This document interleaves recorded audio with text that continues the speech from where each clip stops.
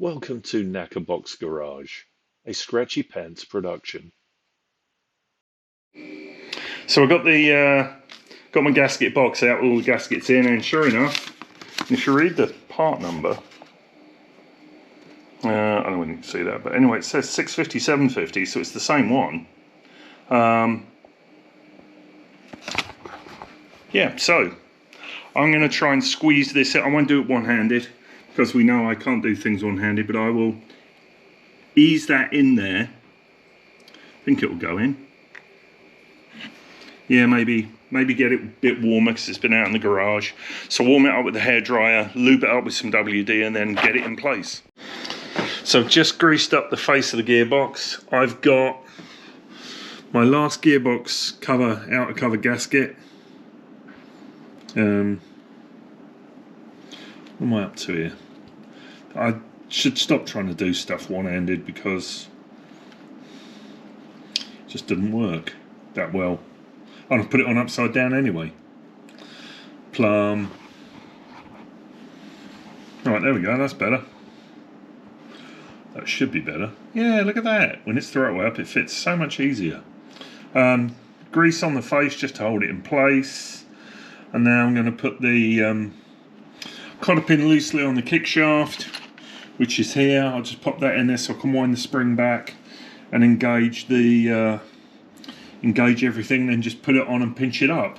And then that's done. I can clean up afterwards underneath, and that'll be good. So let me get the cover on. So a bit of a disaster. Well, it's not a disaster. I've discovered something. Let me take this washer off. The thread on this stud, that's exactly what I didn't want to do. I didn't want to drop it in the oil pan. It's in there. The thread on the stud is knackered. You can't tighten it up. It's here.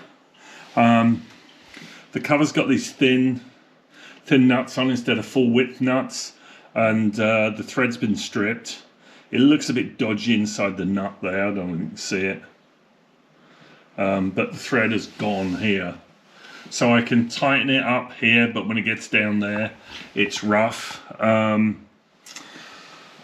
don't really think putting a full-size nut on it's going to be on a few threads. So what I should do is get a new stud and replace it. And to replace it, what I'm probably going to do is put a regular nut on there, weld it on, then I can wind the stud out, rather than have me strip everything. I'll order a pair of studs, some nuts, because it'll be a coarse thread into the aluminum. It's a fine thread here. So that's just a little bit of a downer, but that would explain why it was leaking so much gearbox oil, not just from here, but it's been leaking from under here as well. So more stuff to order. A little bit saddened to find that. I thought I was on the home straight, but you kind of never really are on old machinery. Not this is super old. The engine's from 1972. The frame is a little bit younger by about 30 years, I think. Let me do the math. Yeah, by about 30 years. So new stud. I'll get a pair, nuts, washers, whatever the fixings are, and that'll be that. So we'll have to wait a bit before I carry on. So I know we're probably spending a lot of time looking at the background. What we're looking at is the heron that I've just finished. In fact, if I touch it, it's still warm.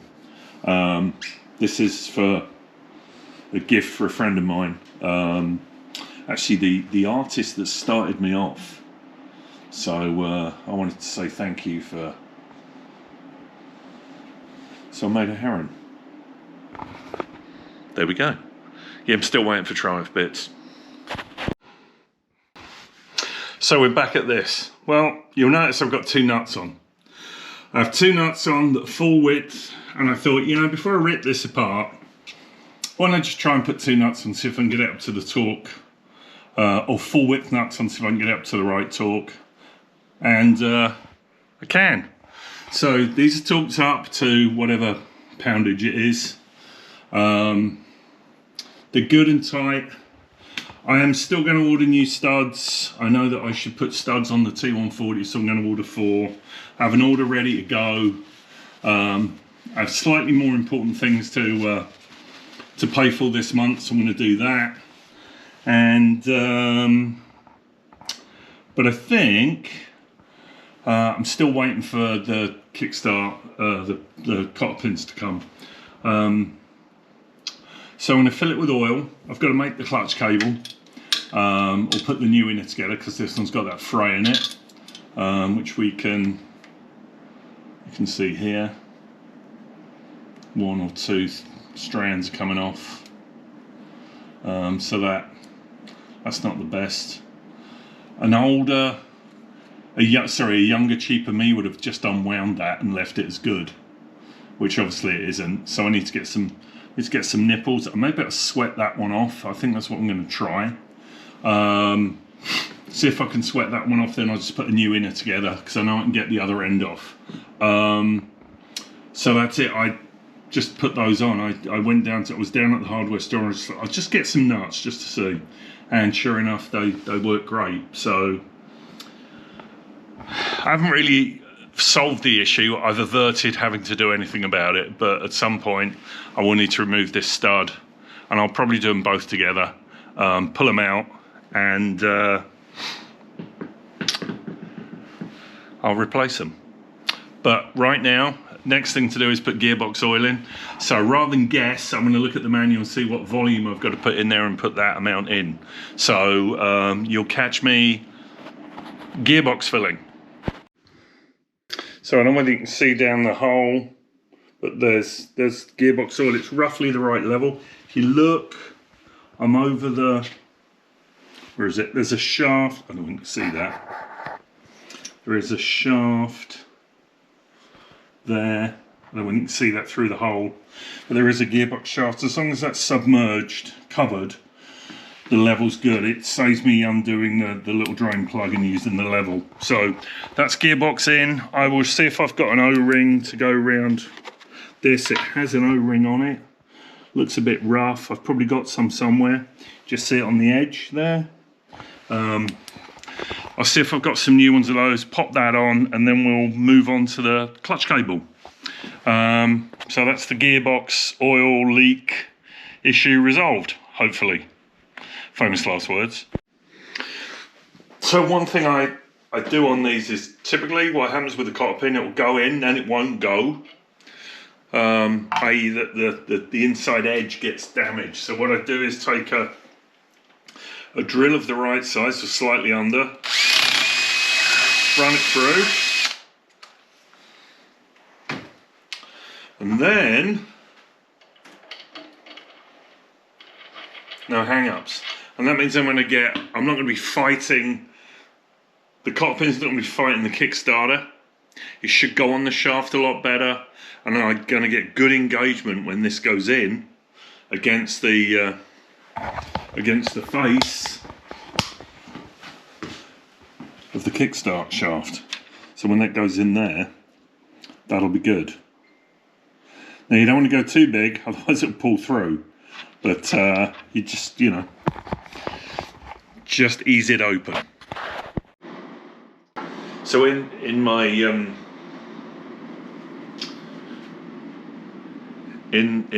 I don't know which clip it was, but I talked about putting this back and needing in the O-ring. I have in my stock of bits a bag of miscellaneous O-rings from various gasket kits and spares for Triumph Twins, and in that bag there is indeed said new gasket. So I inherited, when I bought my used toolbox, a set of dental picks which are exceedingly good for getting off old knackered O-rings. So I'll just give this a little wipe. This is the most thrilling part of the video, I think, watching me put an O-ring on an inspection cover. And not that it'll look fantastic, but let's just get you on. And ta-da, there is the new O-ring. Thrilling. So let's move to fit that now, because there'll be another exciting part. Hopefully you can see me do this in the most. Of course, you know what's going to happen. I'm going to need to do, don't you? Am I going to do it?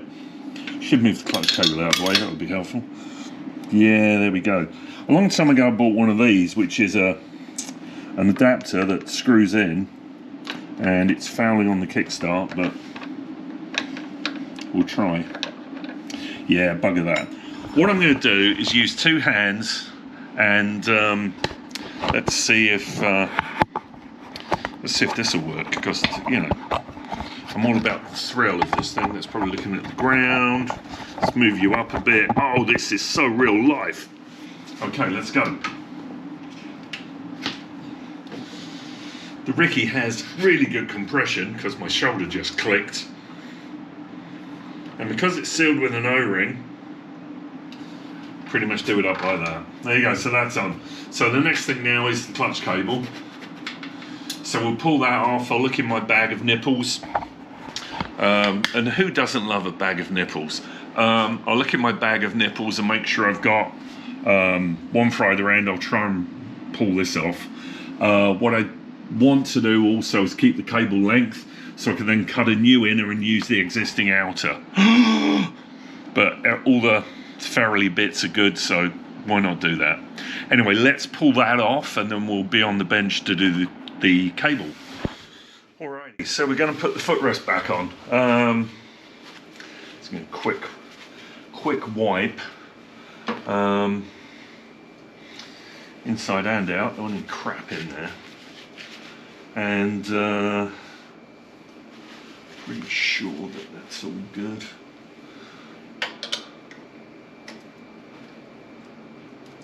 Come on, babe, in you go.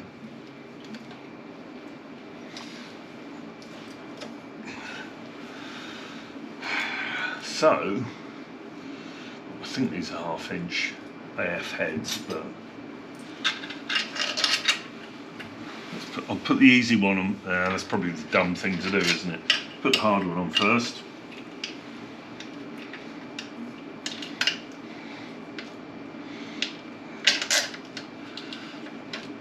Come on.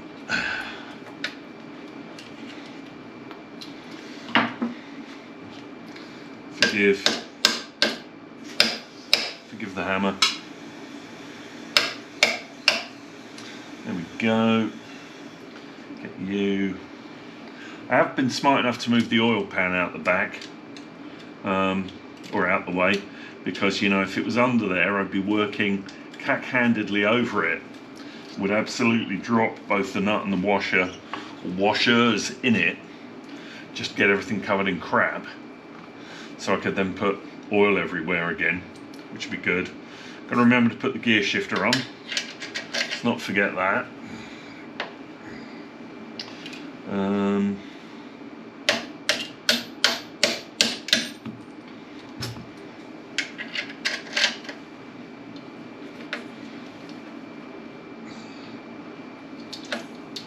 Do you not want to go up there? No, that's not happy, is it? Can I wind you in there? I can. There we go. Right, let's put you on. This may not be the most thrilling part. Of course, this is where we find that in my excitement, I've knackered the thread, which would be a downer. No, just haven't put it on straight. Right, so let's say 1/2 inch long socket. Should have a ratchet, can't be bothered to go to the torque chest and get one. So we'll just do the roundy trick.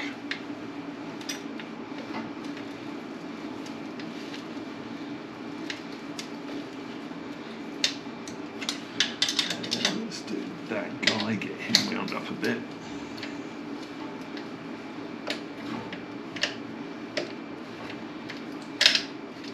Getting close. Right.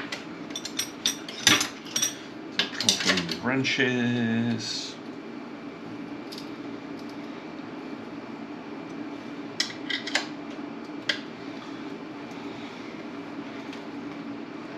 It's tight. So there's a tube under here, or in there, that this bracket clamps down to. It's not just wrapping around the tube.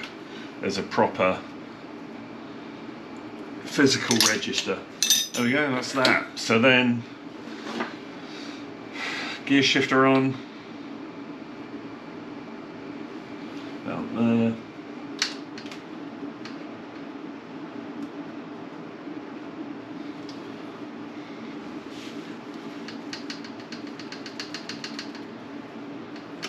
There we go. And of course, it's 7/16 and I haven't got one.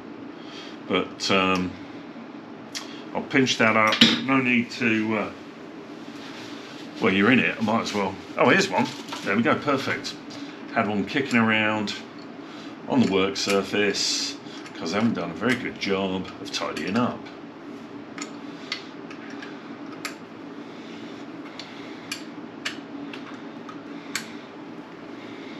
So now the clutch cable, I've just gone and got clutch cable kit. Hopefully I've not put that in gear, but I've just gone and got the clutch cable kits from my parts shelf. I'll tidy a few things up and then I'll bring you back. So this is the clutch cable. This is the clutch lever end in the case, which has got a ball end on it. Looking at my clutch kits, because I've got two unopened Van Hills clutch kits, they have the ball end already on them. So that's good. I've no need to solder on one of those. On the other end, at the lever end, we've got this little guy and a nipple. So what I'm going to do, because I think this is roughly the same size, well, they are the same size, I'll snip that off because that's, I think that's lead. Or maybe it's brass.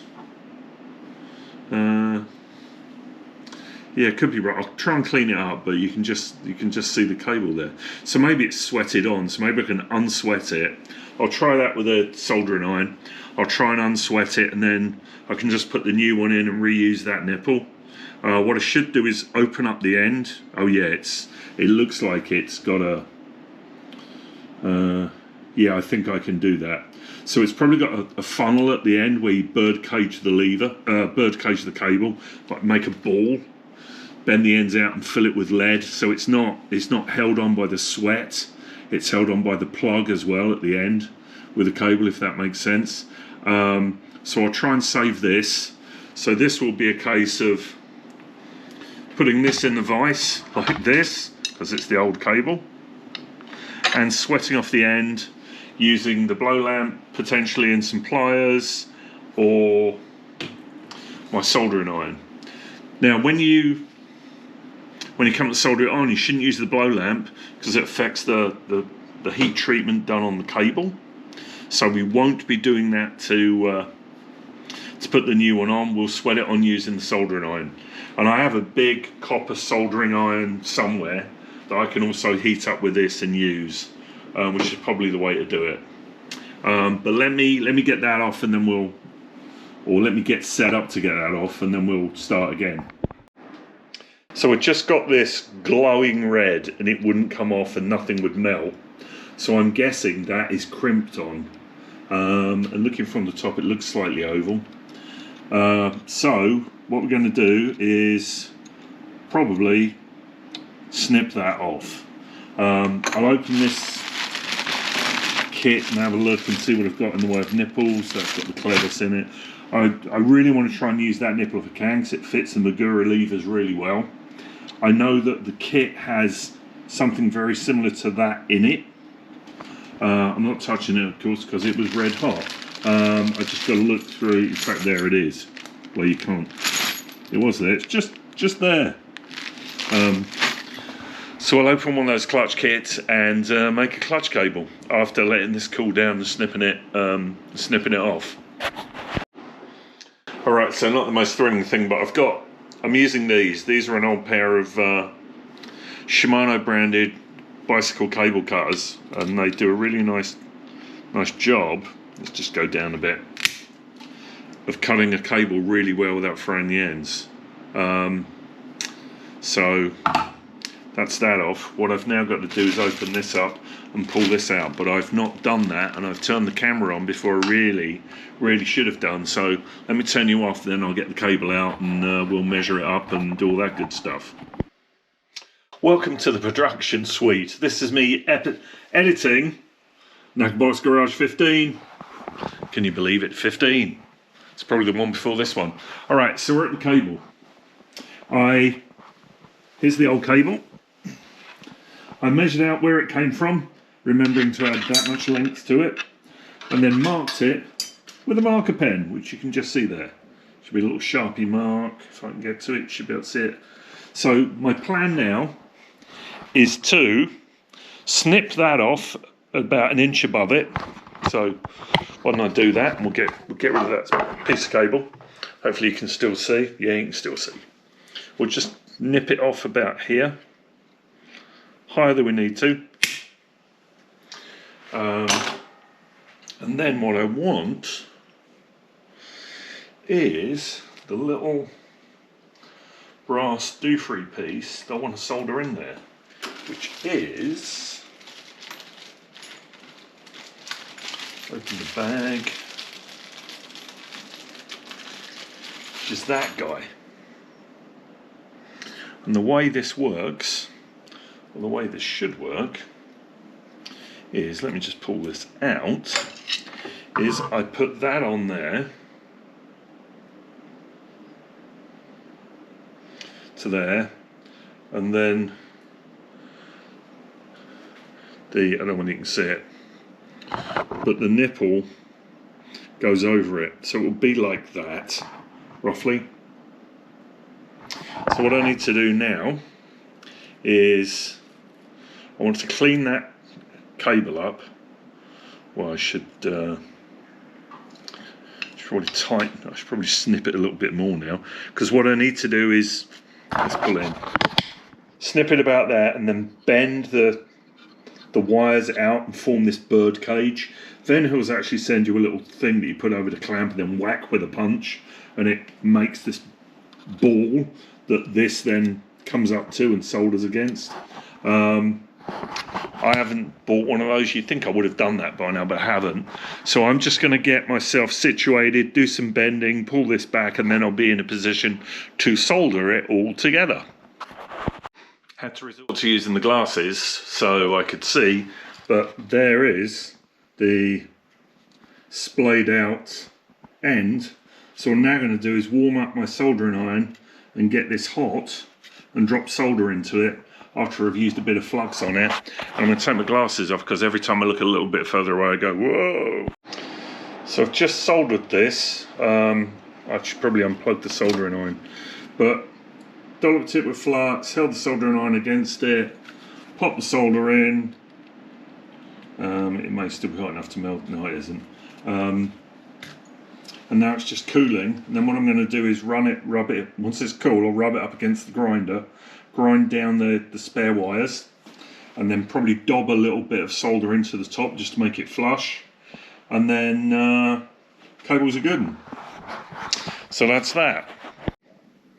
So I've just put a little dollop of solder on the top. It's on there.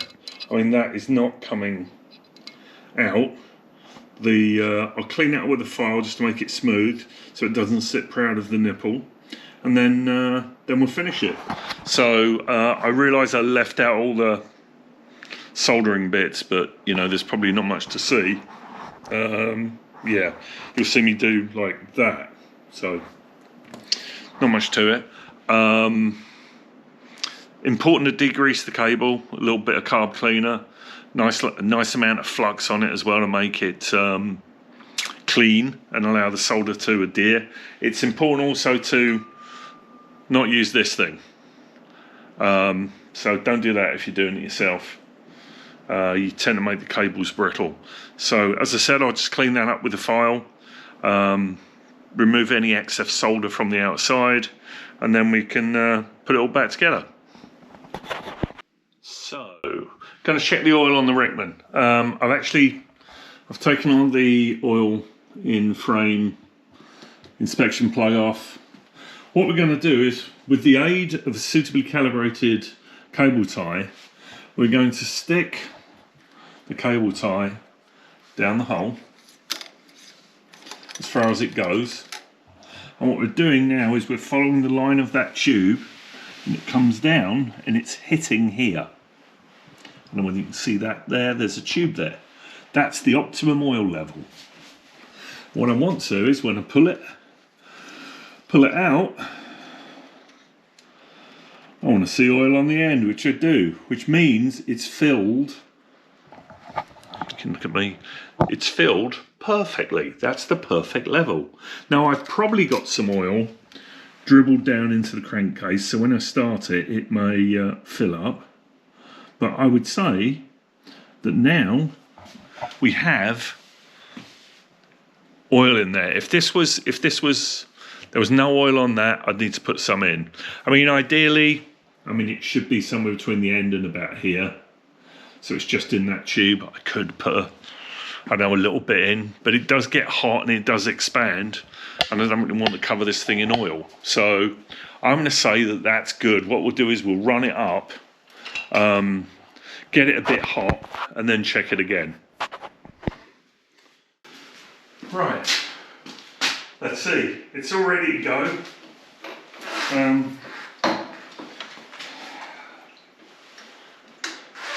Tank on, ignition on, fuel's on.